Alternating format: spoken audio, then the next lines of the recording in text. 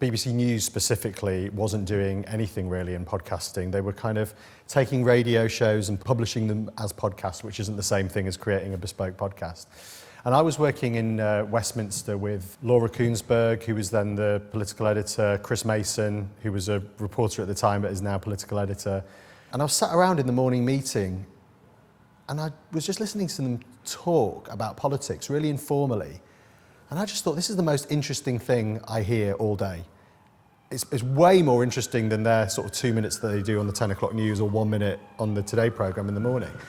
And I just thought, we need to capture this. So I went in with my eyes open, knowing that I'm not an accountant, I'm not good with spreadsheets, I'm not good with budgets initially. I've learned very quickly. Tom said to me right at the start, he said, your first job within year one is to prove that you can do what you did at the BBC outside of the BBC. So very quickly we started thinking about what is a kind of big, ambitious news format fronted by, recognisable talent, presenters, and is habit forming, that is something that people will want to listen to ideally every day, and that's what we did with the newsagents. Emily would go on Newsnight, John would go on the 10 o'clock news, but the thing that they were stopped in the street about was the podcast. You've got to be really honest with yourself, and my dad was a local businessman in Sheffield, and he had a gift shop, and he's always been self-employed for most of his life.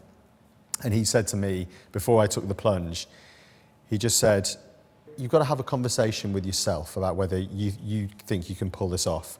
Because he said, being in business is a very lonely experience.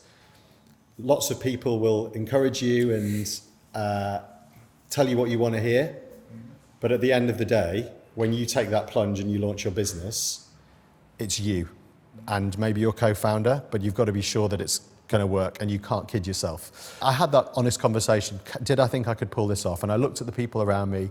I knew that Emily and John were big talent, recognisable names. I had the backing of Tom, my business partner, who was very good on giving me sound financial advice. But I just believed that there was something that I had that we could translate into the commercial world. One of the biggest things that you come up against, I think, is when you're starting a business is, what do you charge for stuff? Yeah. How do you value what you do? How much is it going to cost you to all of a sudden you're having to employ freelancers, you're having to buy software. So very quickly, it's that learning curve that we talked about, which is straight away just having to learn on the fly a bit. Then the next big challenge was the newsagents, of course, and that was a really big challenge because we went in with a really ambitious plan saying we're going to launch a daily show as a small independent. And I had the evidence of what I'd done before, but that was at the BBC, and I had to convince people I could do it outside. I had to work bloody hard to get it over the line, but it's there now, but that was the big challenge. One of the things that I'd learned that is quite important is about being able to shout about what you do well. And when you launch your company, trying to do it around a moment. So I remember that I was invited to speak at a Radio Academy Festival around the time that I launched the company, or I was planning to. And I thought, you know what? I'm going to coincide my announcement with that being on that platform, using that opportunity to make a bit of a splash and, reach out to the media press that I had contacts with and, saying that I was going to launch my company. So tapping into any resource you have, any opportunity you have to kind of shout about what you do, because ultimately that then made it a bit easier for me to go and hire people saying, look, I'm doing this thing. I could send a link to Media Guardian and say, look, this is my thing. This is what we're going to do. This is how ambitious we are. Do you want to come along for the journey? You need to make sure your quality is absolutely top notch, and you should turn down jobs if you think you can't deliver it. Look, it comes down to a great idea, great talent, and there is a kind of secret sauce, which is, is it something that people see and they connect with? It's a really intimate space. It's not just the radio that people have got on in the background while they do the dishes. They're choosing to click on a podcast and pipe it into their ears. It's a very different thing. It's a very intimate experience. And to do that, you've got to make it a really, really kind of good, compelling, exciting offer for people to want to listen to it.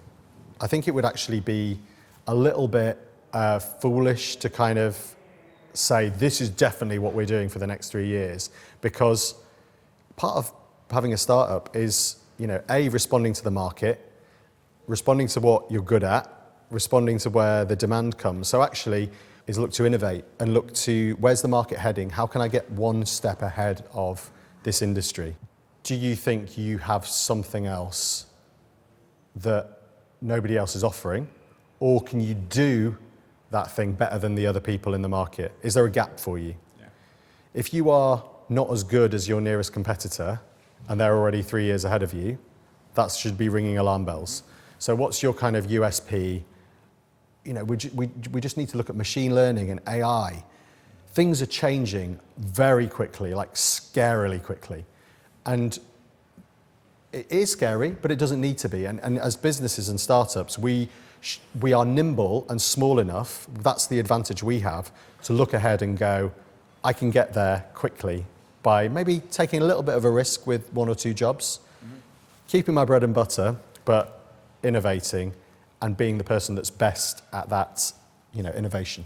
I think this is one of the other things I would say is that if you're doing something successfully in any field of work, how can you spin that off into something else? So it's working well in one area, how can we do it in another area? So Brexitcast turned into a daily newscast because we were getting to the end of the Brexit process, sort of.